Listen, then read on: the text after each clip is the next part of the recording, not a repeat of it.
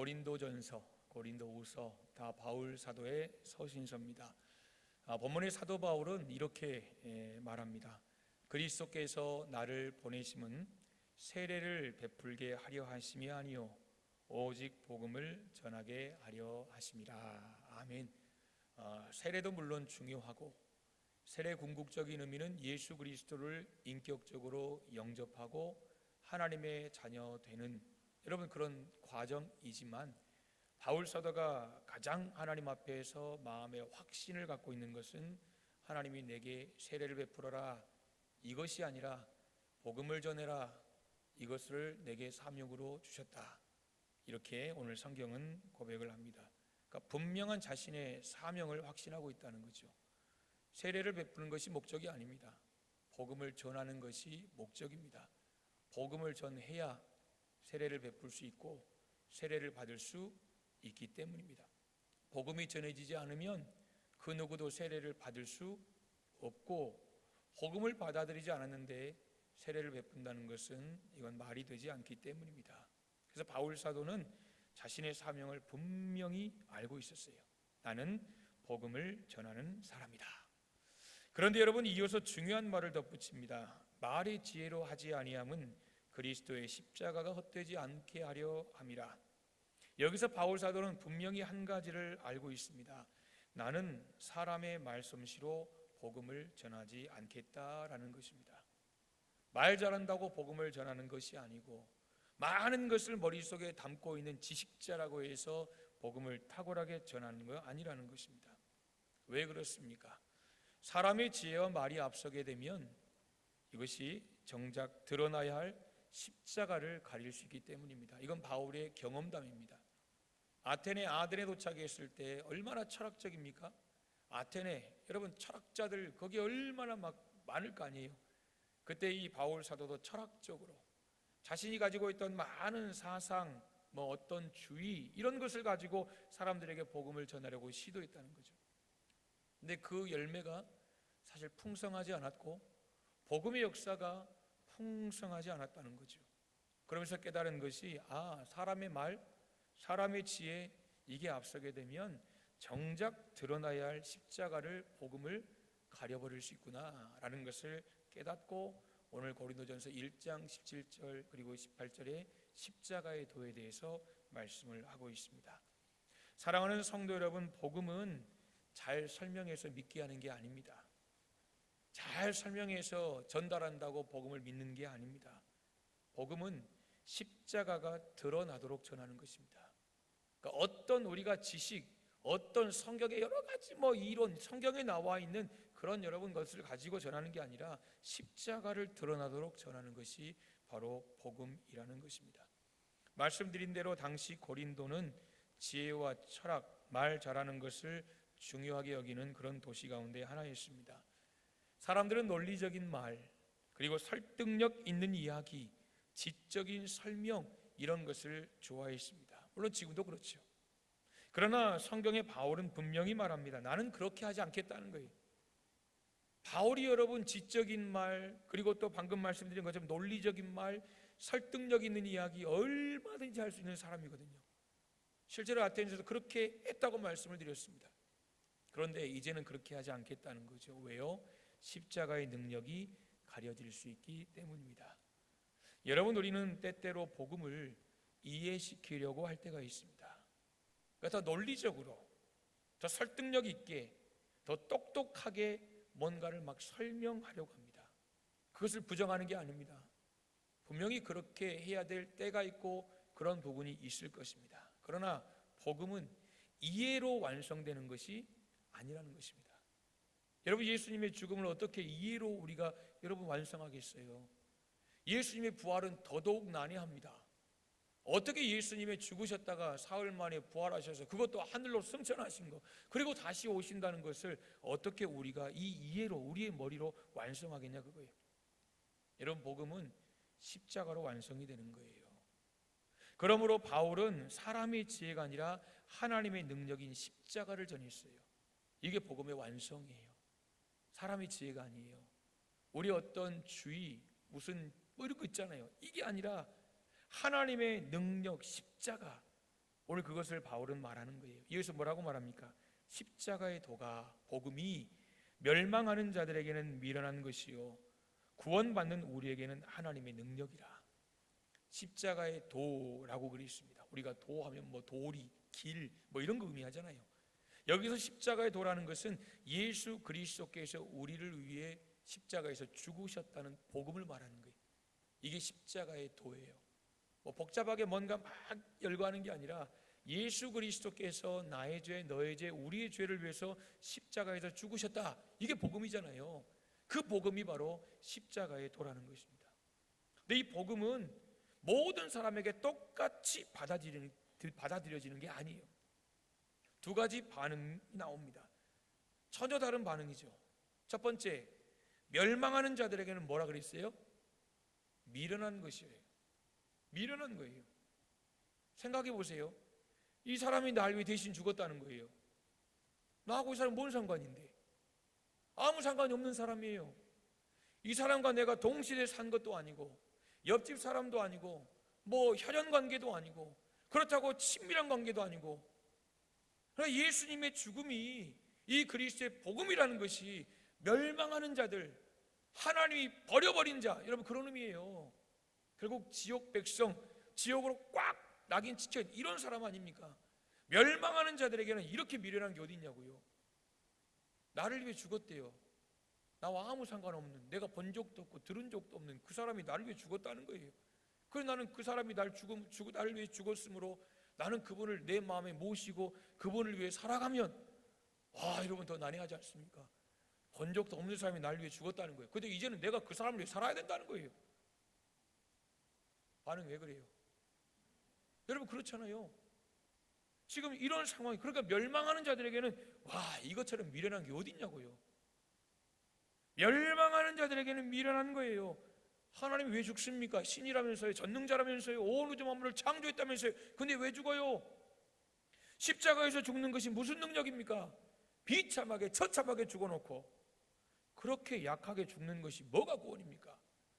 막 위대하게 막 뭔가를 막 엄청나게 쓰나미 같은 일들을 하고 이렇게 죽든가, 그렇게 약해 빠져가지고 그렇게 십자가에서 아무 힘도 없이 그냥 아버지 이러고 죽어가고 뭔 그게 구원입니까? 멸망하는 자들에게는 이게 미련하게 보이는 거예요. 세상 기준으로 보면 십자가는 실패예요.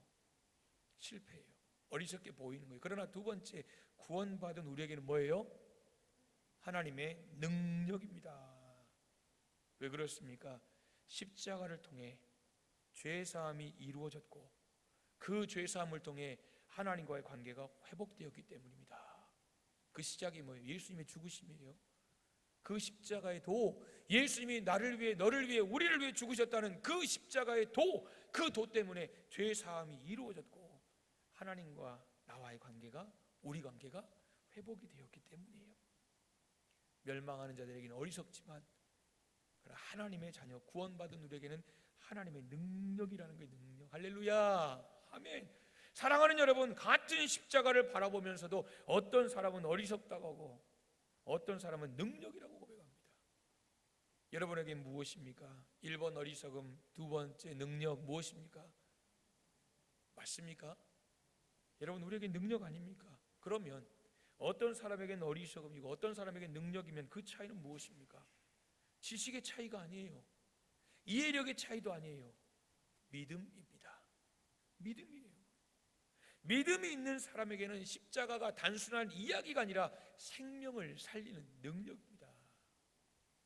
여러분, 우리 살았잖아요. 살아있잖아요. 육신의 생명을 말하는 게 아니에요. 육신의 생명은 미련한 자나 지혜로운 우리나 성경 표현대로 하면, 여러분 예수님 말씀처럼 이쪽에 있나 육신은 살아있어요. 그러나 여러분, 살았다는 것은 이 육신을 말하는 게 아니에요. 영원한 생명을 살리는 능력이라는 것입니다. 그리고 그 능력은 반드시 우리의 삶으로 이어지는 거예요. 단순히 우리가 천국 가는 그 능력을 말하는 게 아니에요. 왜냐하면 십자가는 단지 우리가 믿는 내용으로 끝나는 게 아니에요. 십자가가 뭡니까? 예수님의 죽으신 자리지요. 우리가 바라봐야 할 그곳이지요. 여러분, 이게 아니에요. 믿는 내용으로 끝나는 게 아니라 우리가 살아가는 방식이 되기 때문이에요. 십자가는 우리의 믿는 내용으로 끝나는 게 아니에요. 단순히 여기에 있는 게 아니에요. 여러분, 우리의 삶으로 우리가 살아가는 방식이 바로 십자가이기 때문이에요. 사랑하는 여러분, 십자가는 단지 믿는 내용이 아닙니다. 살아가는 방식입니다. 보세요. 예수님은 십자가에서 자신을 내주셨어요. 어떻게? 내려놓으심으로, 희생하심으로, 끝까지 사랑하심으로. 그분은 십자가를 믿는 내용으로 보여주지 않으시고 삶으로 십자가를 살아내셨다는 것입니다. 그렇다면 여러분, 십자가를 믿는 우리는 어떻게 살아야 합니까? 간단하죠. 다 아시지요. 나 중심이 아니라 하나님 중심으로, 내 이익이 아니라 사랑으로, 내 고집이 아니라 순종으로 살아가는 것. 여러분, 이것이 십자가를 믿는 저와 여러분의 삶이 되어야 합니다. 늘 문제는 그거 아니에요? 이게 쉽지 않다는 거예요. 왜 그렇습니까? 저와 여러분, 우리는 인정받고 싶고 손해보기 싫고 항상 내가 옳다라고 말하고 싶고 생각하기 때문입니다. 그래서 때로 우리에게도 이 십자가의 삶은 여전히 미련해 보이는 길이라고 느껴질 때가 있습니다. 우리에게도. 그러나 사랑하는 여러분, 바로 그 길이 하나님의 능력이 나타나는 길임을 믿습니다. 용서하는 것, 낮아지는 것, 섬기는 것, 이 모든 것이 세상에서 볼 때는요, 약해 빠진 거예요. 저 약한 것들 이길 줄도 모르고 높아질 줄도 모르고 맨날 밑에서 섬긴다고. 여러분, 이 사람들이, 이 모든 것이 세상에서는 정말 약해 보일지 모르지만 한번 따라 하시겠습니까? 하나님 앞에서는 가장 강한 삶이다. 믿으십니까? 이것이 하나님 앞에서는 가장 강한 삶이에요. 사랑하는 성도 여러분, 오늘 말씀은 우리에게 묻고 있는 거예요. 너에게 십자가는 뭐냐는 거예요. 당신에게 십자가는 뭐냐는 거예요. 아직도 머리로만 아는 이야기인가? 예배 시간에만 떠올리는 종교적인 하나의 상징, 어떤 사람은 더하기라도 이야기하더라고요. 하나의 상징에 머물러 있는가? 아니면 지금 내 삶을 붙들고 있는 진짜 능력인가? 여러분, 이 질문은 남의 이야기가 아닙니다. 지금 나의 삶에 대한 질문입니다. 힘들 때, 무너질 때, 내 마음 흔들릴 때 나는 무엇을 붙들고 있습니까? 사람입니까? 환경입니까? 내 힘입니까? 아니면 십자가입니까? 여러분, 십자가는 단순한 상징이 아닙니다. 나를 살리기 위해 주님이 실제로 지신 사건이 바로 십자가입니다. 그리고 그 십자가는 과거 이야기가 아니에요. 2000년 전에 다 끝난 이야기가 아니라 오늘 또 여전히 내 죄를 덮고 내 마음을 다시 일으키고 내 삶을 붙들어주는 능력, 이것이 바로 십자가입니다. 다시 말하면 나를 살린 사건이 바로 십자가예요. 그리고 지금도 나를 붙들어주는 능력이 바로 십자가입니다. 그러면 여러분, 우리는 이 시간 이 말씀 앞에서 다시 한번 선택해야 돼요. 이번 한 주간 우리가 고난주간 이제 맞이하면서 제 십자가 이 도 앞에서 세상의 기준을 붙들고 살 것인가, 아니면 나는 십자가를 붙들고 살 것인가? 사랑하는 우리 성도 여러분, 이 선택은 말로만 하는 고백이 아니라 우리의 삶으로 드러나는 선택입니다. 오늘 이 시간 이렇게 우리가 고백하기를 간절히 소망합니다. 십자가는 하나님의 능력입니다. 십자가는 하나님의 능력입니다. 하나님의 능력입니다. 이 고백이 단순한 말로 끝나는 것이 아니라 여러분, 우리의 삶 속에서 실제가 되기를 간절히 소망합니다. 이를 위해서 우리는 이렇게 살아야 합니다.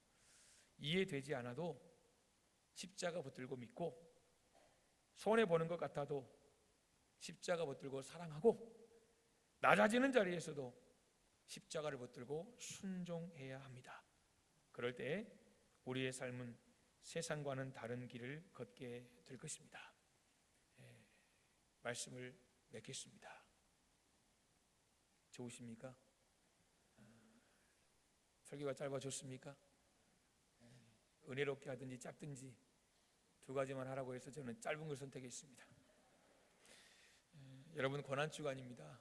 이 고난주간에 우리가 그래도 고난주간만큼은 좀 우리의 삶이 좀 달라야 되지 않겠습니까?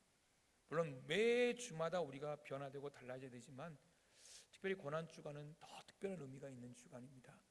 여러분, 이번 한 주간 오늘 이 십자가의 삶을 우리가 살아낼 수 있기를 소망합니다. 조금 더 선해 볼 줄 아는 한 주간, 조금 더 겸손해지는 한 주간, 조금 더 여러분 섬길 수 있는 한 주간, 내 자아를 조금 더 성령의 은혜로 죽일 수 있는, 정말 내려놓을 수 있는 여러분 그런 한 주간이 될 수 있기를 간절히 소망합니다. 한 가지 부탁을 드립니다. 우리가 21일 세일에 새벽 기도를 했습니다. 그때 제 개인적으로는 하나님 100명만 이랬거든요. 근데 하나님 딱 90명을 보내셨어요. 하루 온 성도까지 해서 5일 새벽 기도 몇 분이 올까요, 여러분? 50명이요. 누구예요? 여러분 몇 분이나 올까요?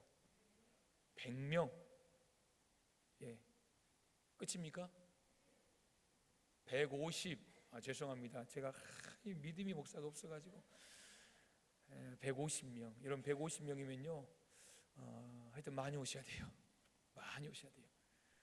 여러분 쉽진 않아요. 새벽 나오는 게 쉽진 않아요. 그러나 새벽 기도를 잠시 쉬셨던 분들, 이 기회를 통해서 다시 기도하는 자리에 나오시기를 바라고, 또 새벽 기도를 또 잘 못하셨던 분들도 그래도 고난주간만큼은 내가 하나님 앞에 내 시간을 드리리라, 또 십자가의 그 마음을 내가 다시 회복하리라. 나는 죽고 내 속에 예수님이 더 드러나는 그런 영광스러운 삶을 살겠노라. 여러분 이렇게 다짐하시고, 시외에 계시거나 병원에 입원하셨거나, 그러나 병원에 입원했어도 내가 링겔 꼬고 오겠다 하신 분들은 괜찮아요. 오세요. 여러분 함께 우리가 이 고난주간에 같이 기도하고 또 찬양하고 그렇게 하나님 앞에 또 영광 올려드리는 그런 한 주간이 됐으면 참 좋겠습니다. 십자가의 도 복음입니다. 예수님이 나를 위해 죽으셨다. 그분의 사랑으로 말미암아 내가 구원받았다. 이 십자가의 도가 이번 한 주간 여러분들의 기쁨이 되기를 소망하고, 이 십자가의 도로 인해서 어떤 여러분 어려움이 있을지라도 감사를 잃지 않고 승리하는 우리 모든 성도님들 되시기를 주님의 이름으로 축복합니다. 아멘. 이 시간 우리 함께 찬양하고 싶은데요.